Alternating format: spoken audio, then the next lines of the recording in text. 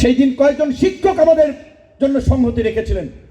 2018 সালের যে আন্দোলনকে কেন্দ্র করে আজকের গণ অভ্যুত্থান, সেই কুসংস্কার আন্দোলন করতে গিয়ে ওই লাইব্রেরির সামনে যখন কুকুরের মতো মার খাচ্ছিলাম, কয়েকজন শিক্ষক আমাদের পাশে দাঁড়িয়েছিলেন। কাজে এই বিশ্ববিদ্যালয়কে নিয়ে আমরা গর্ব করি, এই বিশ্ববিদ্যালয়ের ছাত্রদের নিয়ে আমরা গর্ব করি। আবার এই বিশ্ববিদ্যালয়ের অনেক নিন্দিত ঘটনা আছে, এই বিশ্ববিদ্যালয়ের শিক্ষকদের যেমন অহংকারের অনেক ঘটনা আছে, লজ্জিত হওয়ার অনেক উদাহরণ আছে। 2018 সালের ভোট ডাকাতি নির্বাচনকে 1100 শিক্ষক বিবৃতি দিয়ে বৈধতা দিয়েছিল, আপনাদের মনে আছে। কাজী সেই ফ্যাসিবাদের দোষর হিসেবে যারা অবশ্যই বিশ্ববিদ্যালয়ে আছেন, তাদের আমি মনে করি অনেক আগেই বিতাড়িত হওয়া দরকার ছিল। একই সাথে আমি ডাকসুর নেতৃবৃন্দ সহ সারা দেশের তরুণদেরকে, চাকসু রাকসু হয়েছে, জগন্নাথ বিশ্ববিদ্যালয় হবে। আজকে এই তরুণদের মাধ্যমেই জাতির আগামীর ভবিষ্যৎ। কাজে এইখানে শিক্ষার্থীদেরকেও সেই ধরনের একটা প্রগতিশীল চিন্তা ভাবনার উদার মানসিকতার হতে হবে। আমি একটি ফেসবুকে বক্তব্য দেখেছি, আমি জানি না এটি তার বক্তব্য কিনা। রাকসুর একজন নেতা বলছেন যে প্রথম আলো, ডেইলি স্টার জ্বালিয়ে পুড়িয়ে সরকার করে দিতে হবে, তছনছ করে দিতে হবে। শিক্ষিত তরুণ প্রজন্মের প্রগতিশীল তরুণরা যদি এই ধ্বংসের কথা বলে, প্রকাশ্যে যদি নাশকতাতে উস্কানি দেয়, তাহলে তো দেশে বিশৃঙ্খলা লেগেই থাকবে।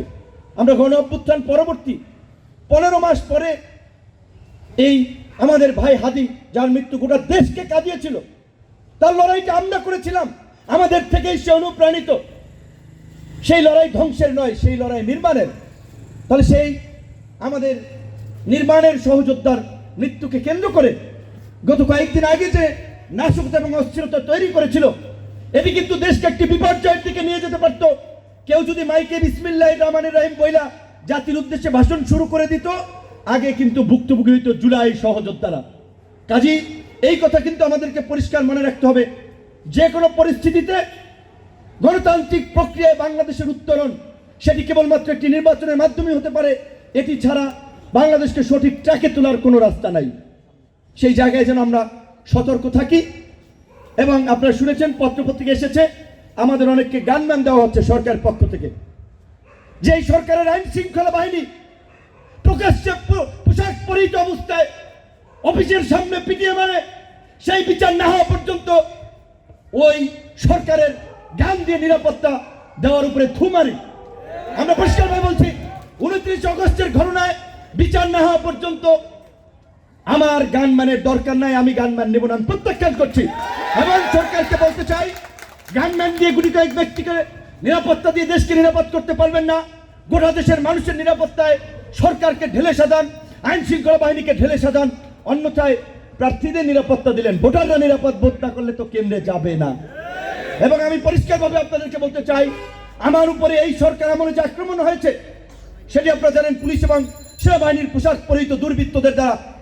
এই ঘটনায় যেহেতু 30 কার্য দিবসের নোটিশ জারি করে 4 সেপ্টেম্বর থেকে এখন পর্যন্ত বিচার করে নাই, তার মানে এই ঘটনায় সরকারের মৌন সমর্থন রয়েছে।